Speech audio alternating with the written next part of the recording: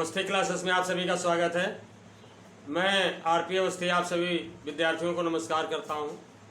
पिछले लेक्चर में हमने पढ़ा था राष्ट्रपति और आज पढ़ेंगे उपराष्ट्रपति। तो पिछले लेक्चर में मैंने जो राष्ट्रपति का वेतन बताया था 3,40,000 वो गलत है, इसके लिए मैं क्षमा चाहूँगा। इसका वेतन 5 लाख रुपए प्रति माह है और भत्ते अलग हैं। अभी हाल ही में कानपुर देहात की एक जनसभा में राष्ट्रपति महोदय ने यानी महामहिम रामनाथ कोविंद ने कहा था कि वैसे तो वेतन मेरा 5 लाख रुपए प्रति माह है, लेकिन आधे से अधिक जो है टैक्स में ही चला जाता है। तो एक चीज़ आपको बता दूं कि कोविड-19 के चलते 30% कटौती जो है उनके वेतन में हो जाती है। अब 30% का मतलब है कि जैसे 5 लाख उनका वेतन हो गया,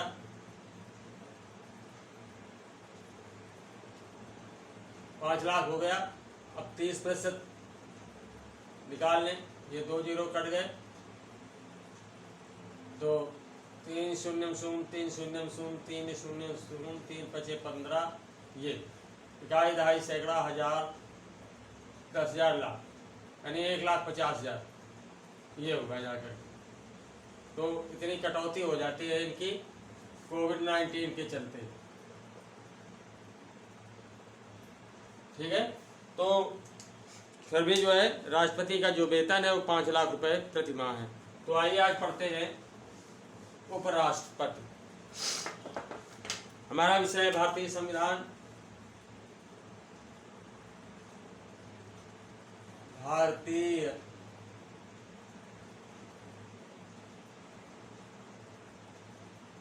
संविधान। आज का टॉपिक है उपराष्ट्रपति यानी वाइस प्रेसिडेंट। वाइस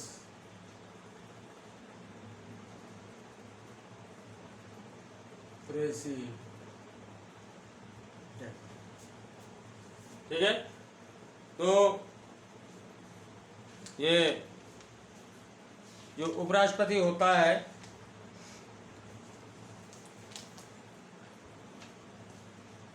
तो राष्ट्रपति की अनुपस्थिति में उसका कार्यभार देखता है और अधिकतम ये 6 महीने तक उसका कार्यभार देख सकता है यदि किसी कारण से राष्ट्रपति अनुपस्थित है तो सबसे पहले आइए देखते हैं उपराष्ट्रपति का निर्वाचन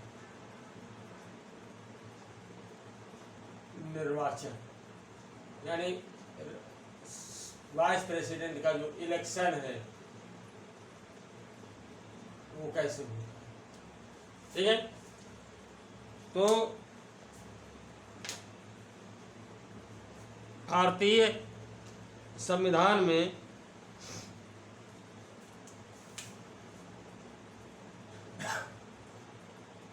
संविधान के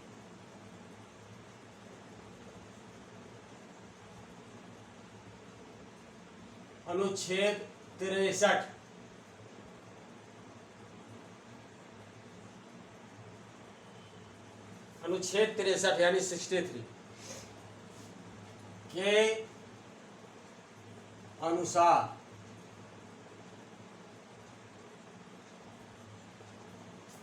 ठीक है, संविधान के अनुच्छेद 63 के अनुसार उपराष्ट्रपति का चयन या उपराष्ट्रपति का निर्वाचन उपराष्ट्रपति का निर्वाचन संसद के दोनों सदनों के निर्वाचन मंडल द्वारा। अब संसद के दोनों सदन आप जानते हैं, राज्यसभा और लोकसभा। राज्यसभा आपका उच्च सदन है और लोकसभा आपका निम्न सदन है। ये सवाल कई बार पूछा गया है कि संसद का उच्च सदन है तो ये राज्यसभा है। ठीक है, कई बार पूछा गया परीक्षाओं में। तो संविधान के अनुच्छेद 63 के अनुसार उस राष्ट्रपति का निर्वाचन संसद के दोनों सदनों, संसद के दोनों सदनों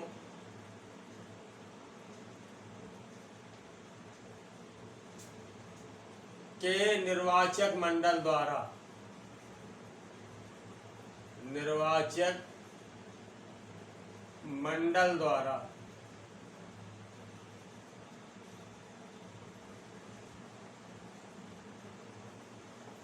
निर्वाचक मंडल द्वारा आनुपातिक प्रतिनिधित्व, आनुपातिक प्रतिनिधित्व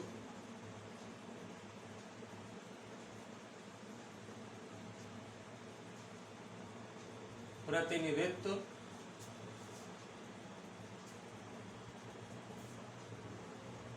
के अनुसार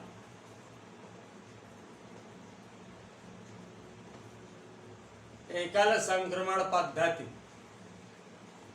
एकल संक्रमण पद्धति द्वारा होता है।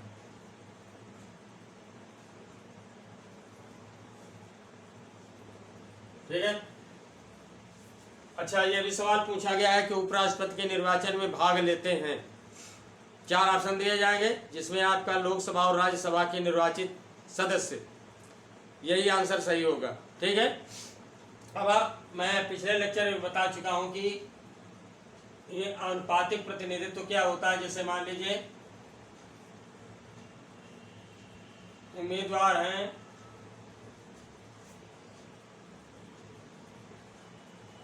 उम्मीदवार और वरीयता क्रम का मत। ठीक है। अब इसमें मान लीजिए राम मनोहर, गोरेलाल, कालीचरण, ये 3 लोग उपराष्ट्रपति का चुनाव लड़ रहे हैं। ठीक है। अब वरीयता क्रम में कुछ लोगों ने इनको जो है 1 दिया, कुछ लोगों ने 2 दिया, कुछ लोगों ने 3 दिया, कुछ लोगों ने 1 दिया, फिर जो है 3 दिया, इस तरह से हैं। फिर जो है 2 दिया, फिर जो है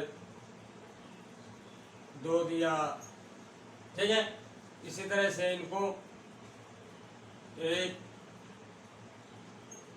1 1 2 1 1 1, इनको जो है 3 3 3 3 2 1, इस तरह से। तो आप देख रहे हैं कि 1 नंबर का मत जो है ये गोरेलाल को मिल रहा है।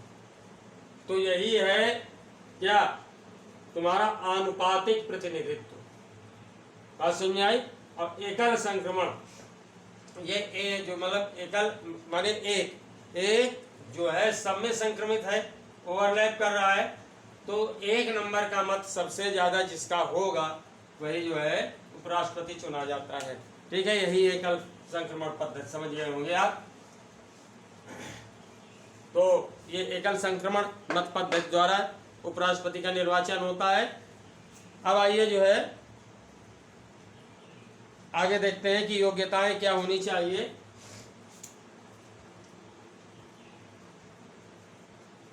योग्यताएं,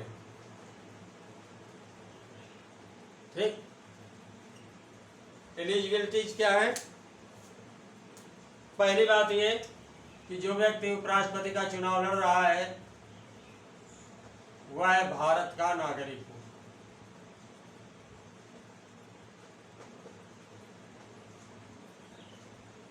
वो भारत का नागरिक है। ठीक, पागल,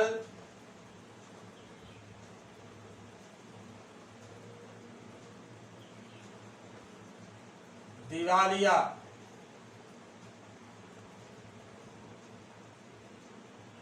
या सजा प्राप्त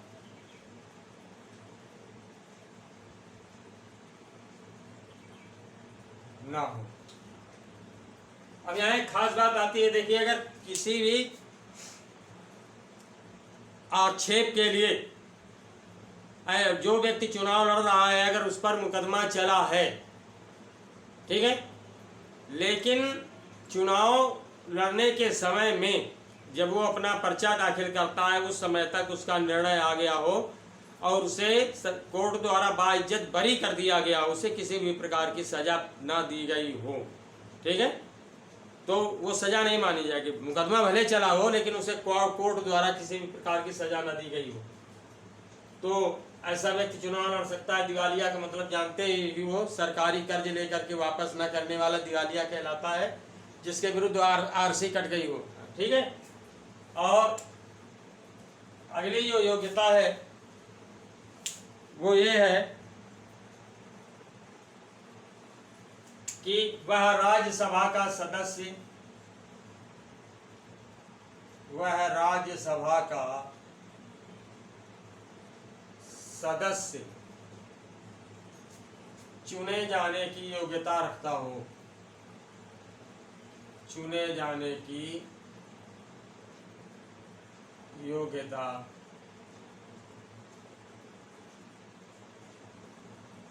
रखता।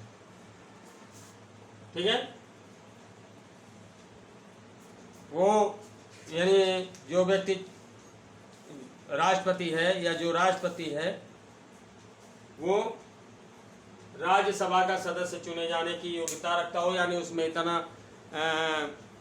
योग्यता हो, ये योग्यता हो कि वो राज्यसभा का सदस्य चुना जाए।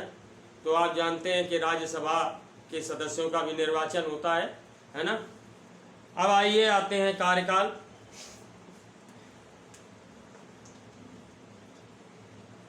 कार्यकाल सर्विस पीरियड क्या है? तो उपराष्ट्रपति का कार्यकाल 5 वर्ष का होता है।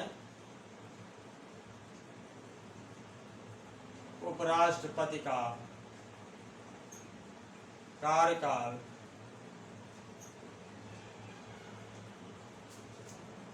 5 वर्ष।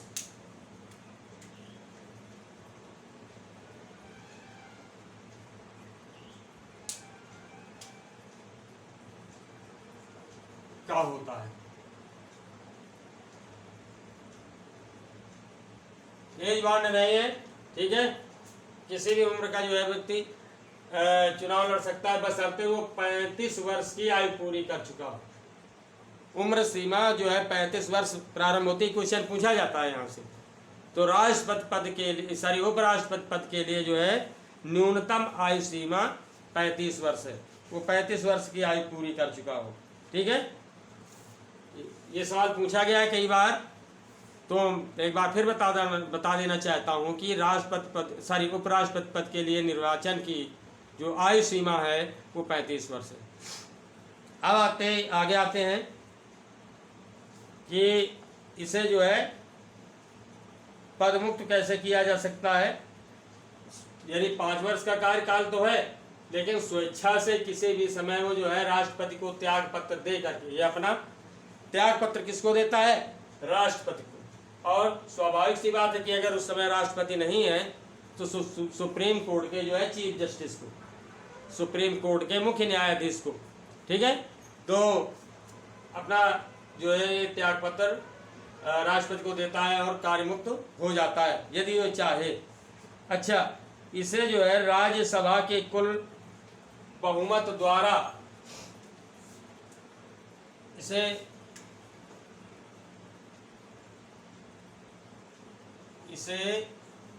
राज्यसभा के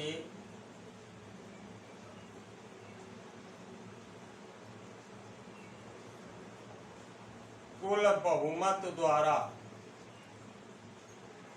बहुमत का मतलब 2/3, जिसे लोकसभा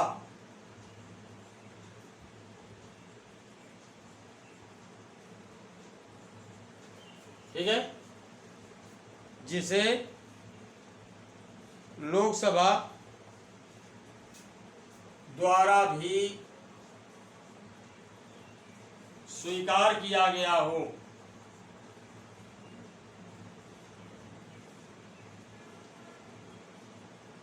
स्वीकार किया गया हो, पद से मुक्त किया जा सकता है, पद से मुक्त किया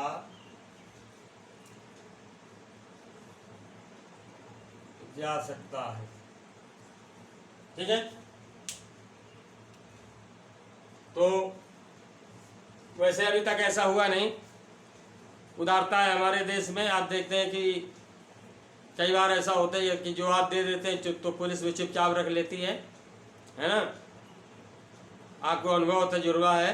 तो इसी तरह से उदारता इस तरह की हमारे यहाँ स्थिति कभी आई नहीं है अभी उपराष्ट्रपति के लिए कि अगर ये जिसे हटाना है तो बहुमत से राज्यसभा में पहले वो प्रस्ताव पारित किया जाएगा। खास बात है समझने की, अगर सवाल आ जाए कि उपराष्ट्रपति को पदमुक्त करने के लिए प्रस्ताव सबसे पहले पारित किया जाता है लोकसभा में, राज्यसभा में, दोनों सदनों में। ठीक है, तो प्रस्ताव सबसे पहले जो है राज्यसभा में पारित किया जाएगा बहुमत से, और उसमें उस प्रस्ताव की जो है के लिए लोकसभा की भी संस्तुति आवश्यक है। तो लोकसभा से संस्तुति प्राप्त हो जाने के पश्चात जो है ये उपराष्ट्रपति पद से मुक्त हो जाता है। ठीक है, अब आते हैं वेतन एवं भत्ते। नोट कर लीजिए इसे।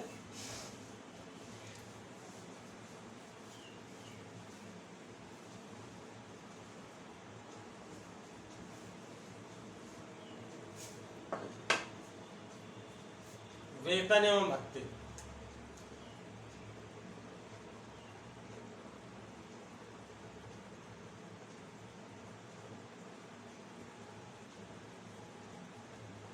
तो ऊपर राष्ट्रपति को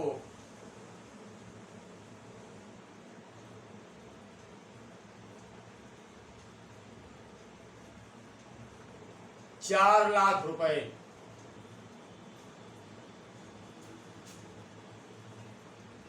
प्रतिमाह वेतन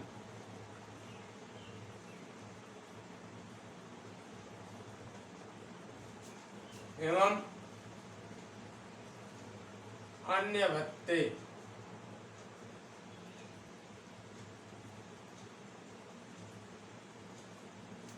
प्राप्त होते हैं। ठीक है, ₹4,00,000 प्रतिमाह और अन्य भत्ते प्राप्त होते हैं।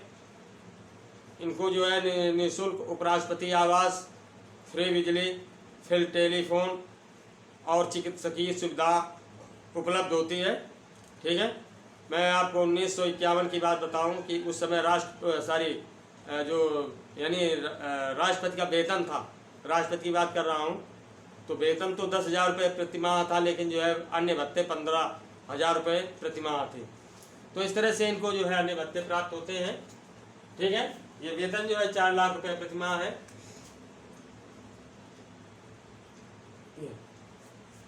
साथ ही साथ अन्य भत्ते प्राप्त होते हैं। और अब आइए उपराष्ट्रपति के कार्य। उपराष्ट्रपति के कार्य क्या है? तो यह है राज्यसभा का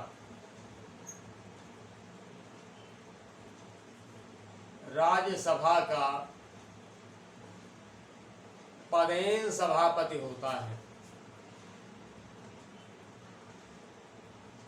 पदेन सभापति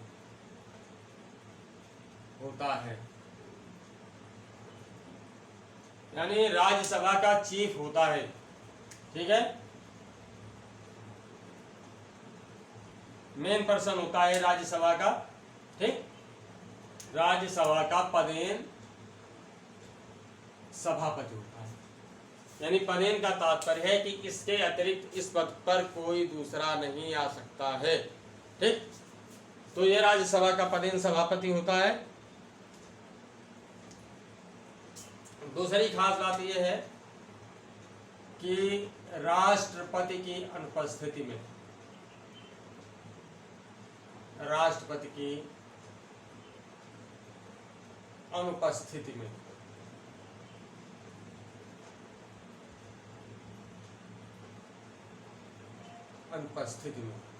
यानी राष्ट्रपति महोदय बीमार हो जाए या अन्य किसी कारण से वो अनुपस्थित रहे, लंबे समय तक विदेश दौरों में रहे, ठीक है, विदेशी दौरों में रहे, तो ऐसी स्थिति में यानी राष्ट्रपति की अनुपस्थिति में उपराष्ट्रपति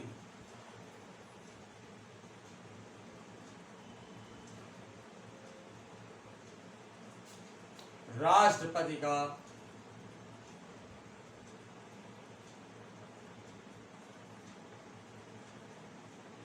कार्यभार उपराष्ट्रपति का या यूं कह लीजिए कि राष्ट्रपति के स्थान पर कार्य करता है,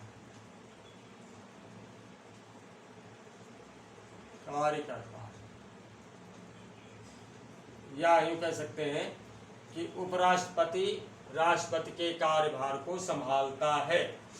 ठीक है, अब जो है कुछ महत्वपूर्ण तथ्य देख लेते हैं।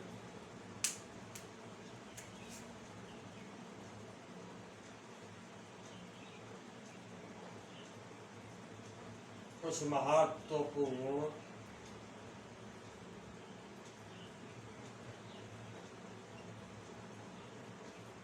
तथ्य, कुछ खास बातें क्या हैं?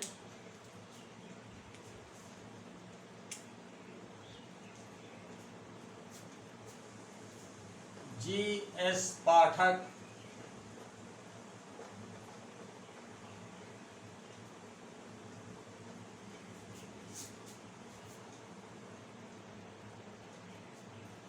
बी.डी. जत्ती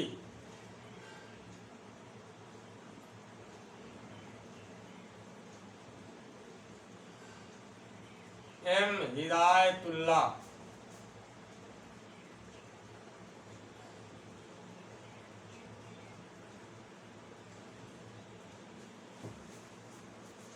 जी.एस. पाठक, बी.डी. जत्ती, एम. हिदायतुल्लाह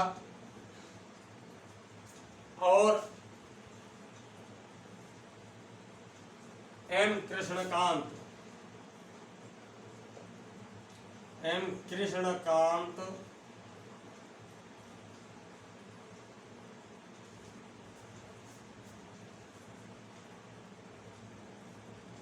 राष्ट्रपति पद पर पदोन्नति न पाने वाले उपराष्ट्रपति रहे।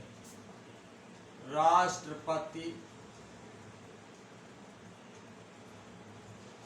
पद पर पदोन्नति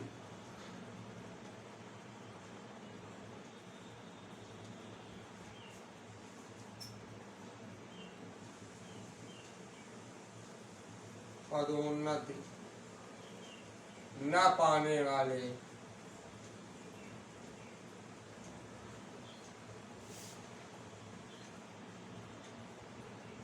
उपराष्ट्रपति रहे।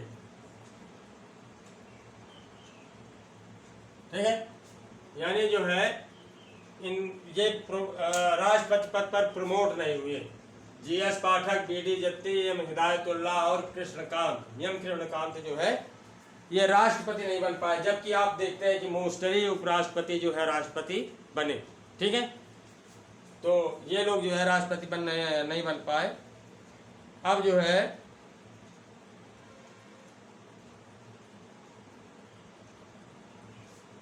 डॉक्टर कृष्णकांत जो है, यहाँ एम. कृष्णकांत नहीं, सॉरी, डॉक्टर कृष्णकांत। दूसरी बात, डॉक्टर कृष्णकांत एकमात्र ऐसे उपराष्ट्रपति रहे, एकमात्र ऐसे उपराष्ट्रपति रहे जिनकी मृत्यु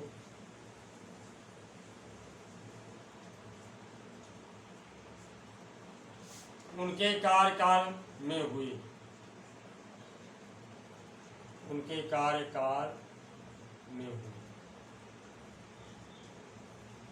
समझा गई होगी बात? यानी डॉक्टर कृष्णकांत की मृत्यु जो है उनके कार्यकाल में ही हो गई, यानी 5 वर्ष की अवधि पूरी करने के पूर्व ही हो गई। ठीक, अब नोट कर लीजिए इसे।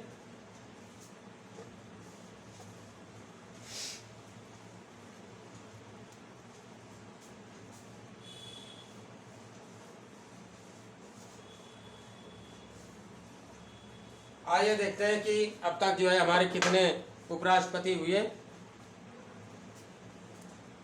ठीक है,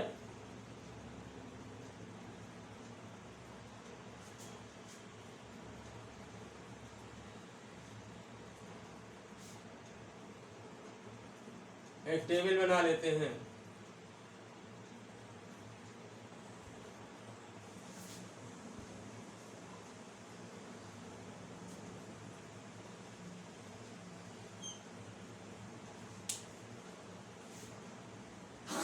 सॉरी,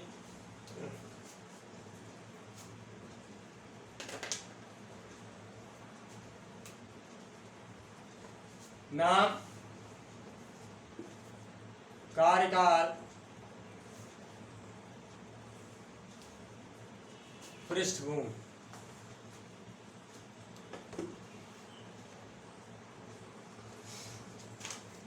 सबसे पहला नाम है doctor S Radhakrishnan, doctor Sarvepalli Radhakrishnan.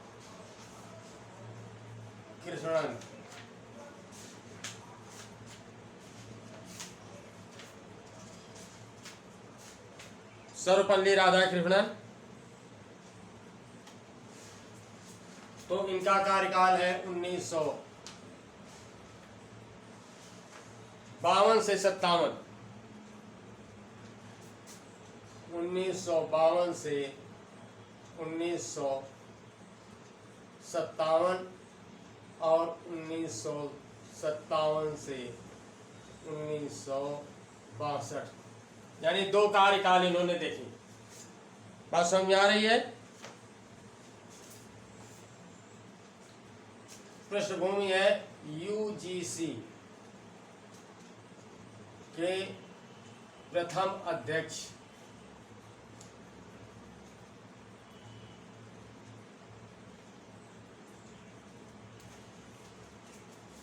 UGC के प्रथम अध्यक्ष। यूजीसी का तात्पर्य है universities grant commission, universities grant commission यानी विश्वविद्यालय आयोग। ठीक है, यूनिवर्सिटी ग्रांट कमीशन, विश्वविद्यालय आयोग। तो अब आगे आप देखते हैं दूसरे उपराष्ट्रपति डॉक्टर जाकिर हुसैन, डॉक्टर जाकिर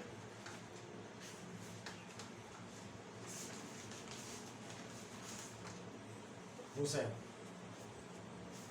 इटावा के इस्लामिया इंटर कॉलेज से इन्होंने इंटरमीडिएट किया हुआ था। ठीक है, तो डॉक्टर जाकिर हुसैन 1962 से 1967,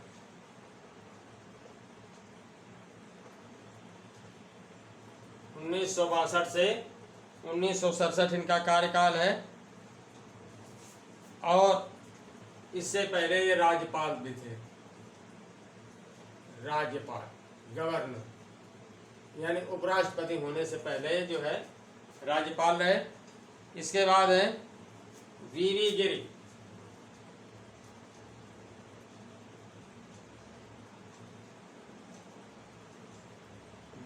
गिल, वीवी गिल 1967 से 69, 1967 से 1969 ये जो है कार्यवाहक राष्ट्रपति रहे। कार्यवाहक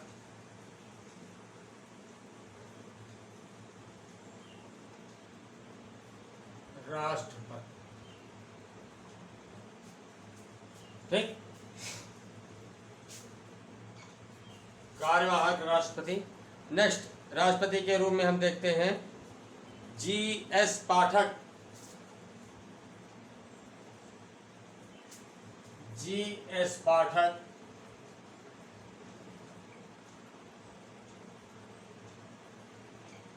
1969 से 1974, 1974 तक, समझ में आ गया, 1974, लेकिन ये राष्ट्रपति नहीं बन पाए, ठीक है।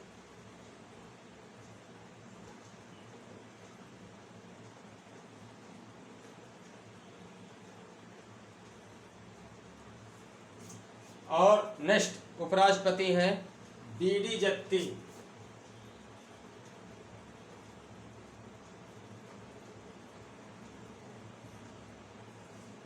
BD जत्ती 1974 से 1979, 1974 से 1979, ठीक है। तो ये भी जो है कार्यवाहक राष्ट्रपति रहे, कार्यवाहक राष्ट्रपति रहे।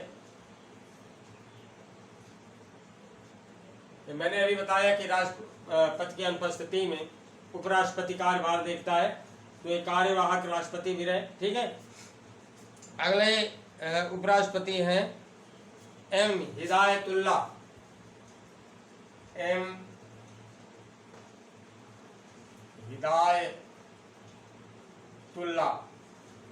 यानी मोहम्मद हिदायतुल्लाह 1979 से 1984, 1979 से 1984। और राष्ट्रपति बनने से पूर्व जो है ये मुख्य न्यायाधीश थे भारत के, मुख्य न्यायाधीश यानी सुप्रीम कोर्ट के चीफ जस्टिस, ठीक है। चीफ जस्टिस के पद से जो है ये वाइस प्रेसिडेंट के पोस्ट पर आए, ठीक है। नेक्स्ट वाइस प्रेसिडेंट हम देखते हैं मोहम्मद हिदायतुल्लाह के बाद R Venkataraman, R Venkataraman,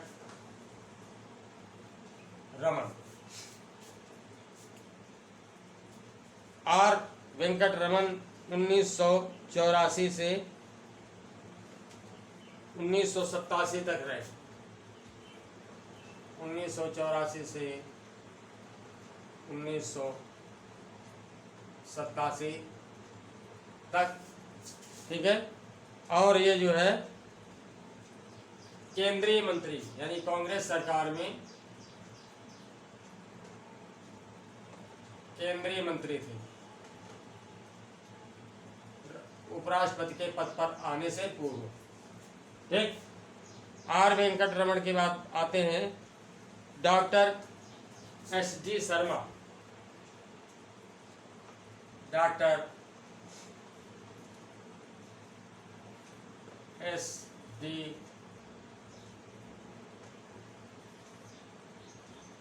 Sharma, doctor SD Sharma 1987 से 1992, 1987 से 1992, 92। ये जो है पहले मुख्यमंत्री थे।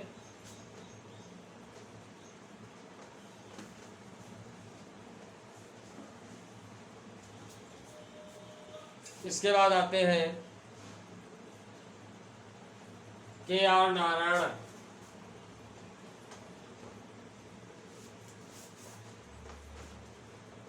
KR नारायणन पहले दलित उपराष्ट्रपति।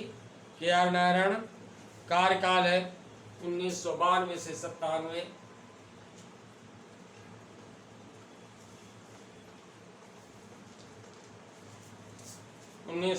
से 1997। और KR नारायणन जो है बेहद पढ़े लिखे आदमी थे। इससे पहले राजदूत थे, बेहद पढ़े लिखे यानी IFS राजदूत थे, अम्बासडर थे। तत्पश्चात आते हैं डॉक्टर कृष्णकांत।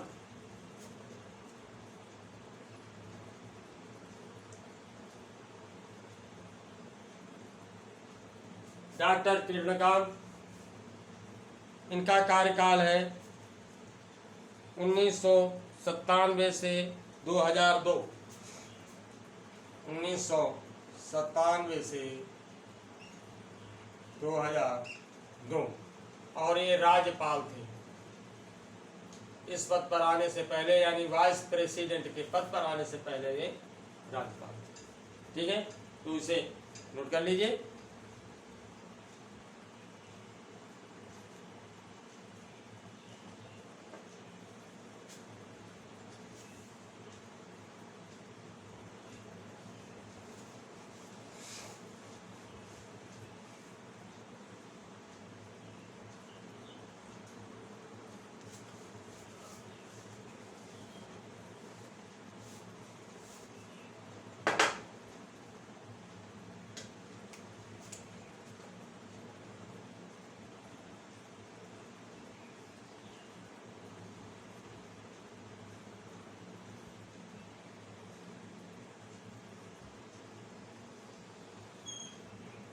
अब आगे डॉक्टर कृष्णकांत के बाद जो है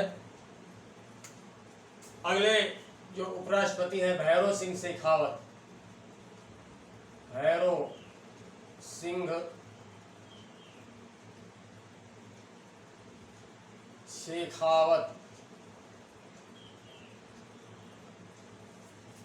भैरव सिंह शेखावत, इनका कार्यकाल है 2002 से 2007 तक। ठीक है, और ये जो है मुख्यमंत्री रहे इस पद पे आने से पहले। ठीक, तत्पश्चात आते हैं हामिद अंसारी। हामिद अंसारी 2002 से 2012 तक। ठीक, और ये जो है अल्पसंख्यक आयोग के पूर्व अध्यक्ष थे। अल्पसंख्यक आयोग के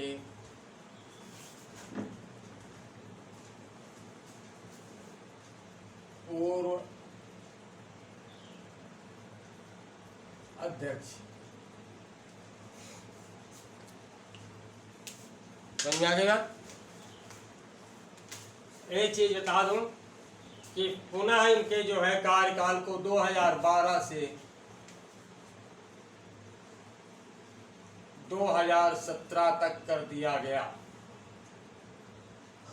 2017 तक कर दिया गया। इनको कार्यकाल बढ़ा दिया गया। एक तरह से निर्विरोध बने रहे, चुनाव नहीं हुए, इनके कार्यकाल को बढ़ा दिया गया। 10 अगस्त 2017 को इनका कार्यकाल समाप्त हो रहा था, तो इससे यानी इस डेट तक जो है चुनाव हो गए। और चुनाव में जो है जो वेंकैया नायडू